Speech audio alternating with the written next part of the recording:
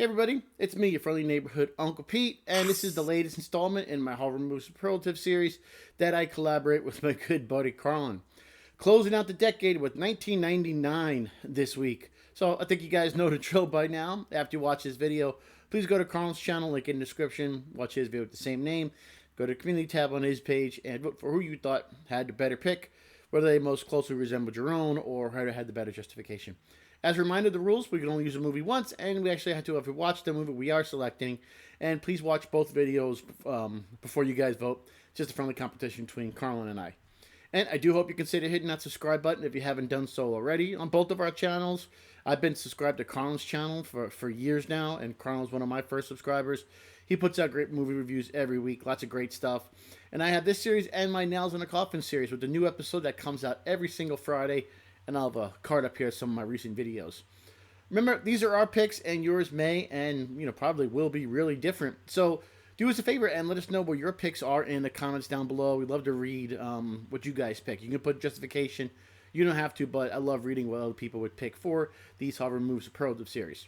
So that should cover everything. Sit back, relax, and we're going to pick out some Horror Movie Superlatives for 1999. For my most amazing selection, I went with The Blair Witch Project. This was not the first found footage horror movie. However, this movie kind of made found footage a viable film genre for the next couple generations. The marking on this film is where the genius really lies. It was billed as a real found footage film. They had the actors, they had a public and everybody, and they were real/fake websites about the legend of the Blair Witch.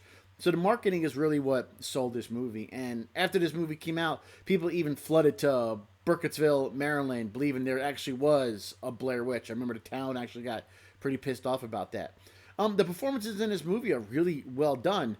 I remember seeing this in the theater, and while I didn't actually believe it was actual found footage, the movie did feel like one. It did feel like, this would be footage that somebody could have just left after they were killed or what, and actually felt like a real found footage movie.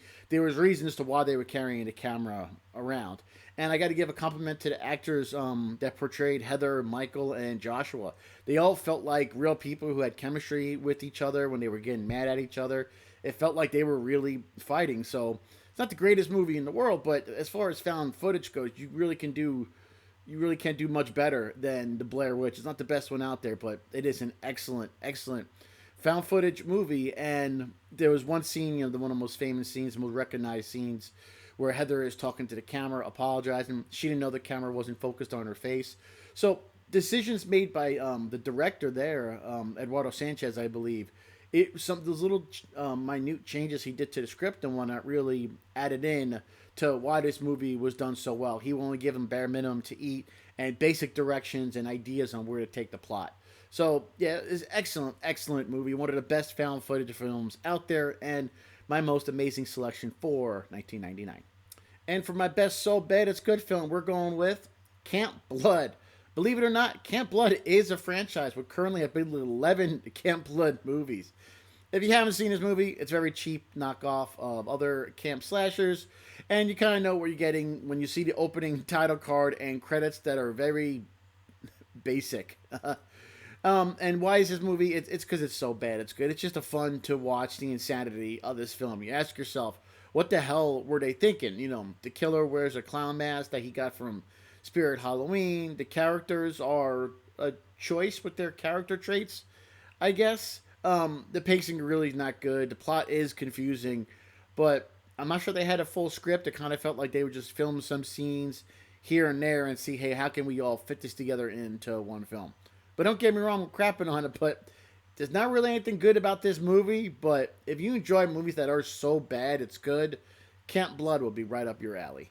For my most W2F selection, I went with Audition. I heard a lot of hype surrounding this movie well before I ever watched it. I only watched it for the first time earlier this year, and it was directed by Takahashi Miike. Apologize if I pronounced that wrong. And that name is synonymous with bizarre, disturbing, horror-filled movies with WTF moments that leave you questioning, what the hell did I just watch? The movie revolves around a widower who holds auditions for a companion since he recently lost his wife. And he finds a woman he's interested in. They go out on the date, And as their relationship progresses, he finds out that he probably did not pick the right woman to be his potentially new wife. But that's all I'm going to say about the plot, because you don't have, not only do you have to watch this movie, you kind of have to experience it yourself, because just to see if it makes any sense, because it's just a wild, wild ride, that you're going to take with these people on this movie. The movie may not make you feel sad, uneasy. I'm sorry, the movie may make you feel sad, uneasy, and uncomfortable at times. I think that was the goal. And Takahashi Miike does extremely well when, that's what he sets out to do. Yeah, he makes disturbing films, and this movie's not going to be as disturbing as Itchy the Killer. I find that movie way more disturbing, but Audition is a fantastic example of Japanese horror with W2F at its finest. And for my best score, I went with Virus. A movie you don't hear too much about. I probably could have picked it for underrated. It has a talented cast. You got William Baldwin, Jamie Lee Curtis, Donald Sutherland.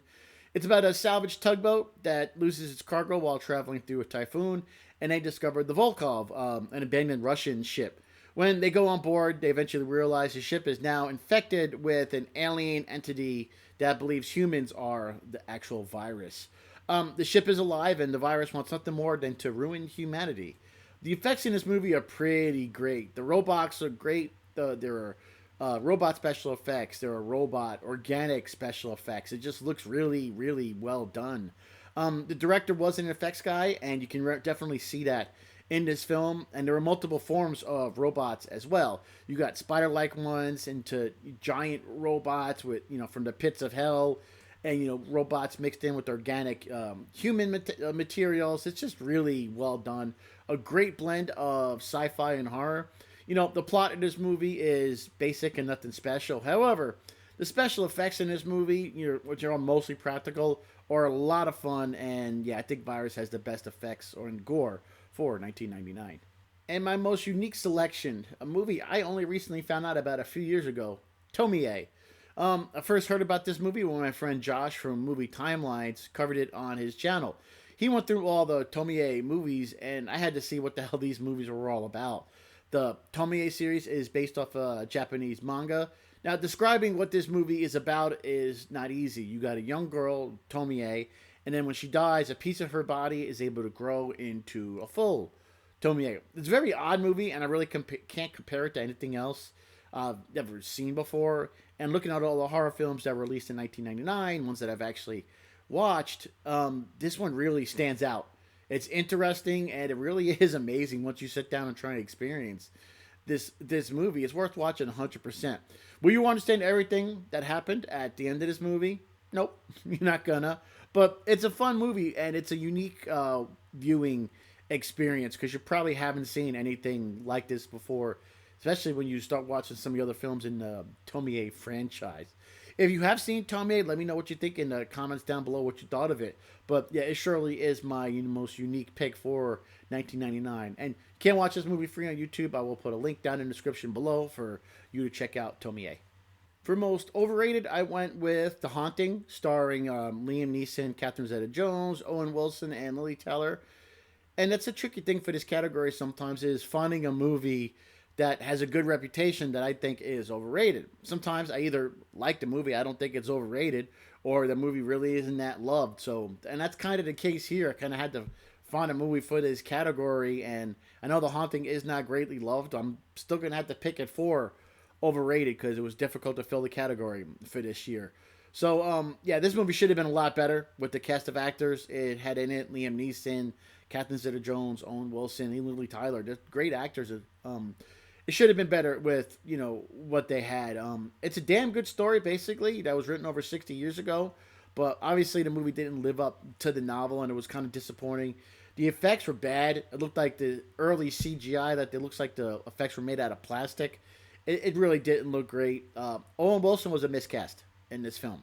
He was trying to be funny or edgy. It just didn't bode well with his character, I guess. I think Owen Wilson was a bit miscast. And also, it looked like Liam Neeson was just phoning in, and like he just did not want to be there. He just wanted to clock in, clock out, and pack up for the day. He really didn't seem into this movie. And yeah, there weren't that many good movies that came out this year that I could fit for this, so I'm still gonna have to go with my gut and pick The Haunting for the most overrated horror film of 1999. And wrapping things up with my most underrated film, I went with Stir of Echoes. Not only is this movie underrated, it's underappreciated as well. When people talk about this movie, it's like, oh man, you know about Stir of Echoes. You like it as much as I do. It's like this part of this secret underground club that know of and love this movie. I'm like, why aren't that many people talking about this movie? Kevin Bacon has the lead role as Tom, and he's a man who gets hypnotized by his sister-in-law. Then he starts to have visions of a girl's ghost. And the way this movie unfolds is excellent. It just gives you just enough. Pacing is excellent. How it just gives you just enough to keep you interested in what's going to happen next. You're really not getting bored with this film. The pacing in this movie is excellent. Now, the movie came out the same year as The Matrix, American Beauty, The Green Mile, The Blair Witch Project. So I think it kind of went unnoticed, which is why I picked it as, my most underrated selection. The ghost story was actually really good. It felt like Stephen King-ish a way in the plot, the way it developed. It felt like reading a Stephen King novel. And it has you keep guessing to what's going to happen next and why is this all happening to Tom. I think it's really interesting. And if you haven't seen this movie, what is wrong with you? Go search this movie out. Stir of Echoes and Kevin Bacon. It's an excellent, excellent movie. I haven't seen it in a while, but I remember how much I love it. I need to watch it again soon because it really is well. Because it's a movie that gets better on rewatches with the way you kind of pick up on stuff. So, yeah, excellent movie and my selection for the most underrated horror film to come out in 1999. There we go, ladies and gentlemen. Those are all my selections. Here's a quick summary.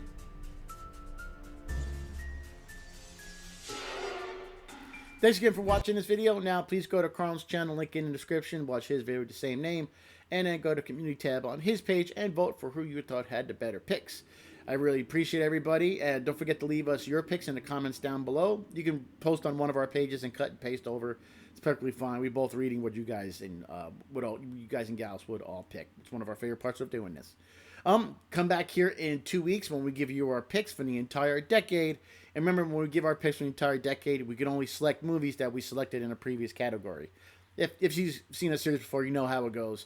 Should be pretty much fun. We're going to pick our most amazing with a runner-up, so on and so forth, for each category for the entire decade of the 90s. So it should be a lot of fun, and we will see you back here in 2 weeks for that.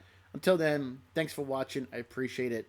Hit that subscribe button, notification bell, so you don't miss a video on both of our channels. I am your friendly neighborhood Uncle Pete. And remember, with great kills, there must also come great nails.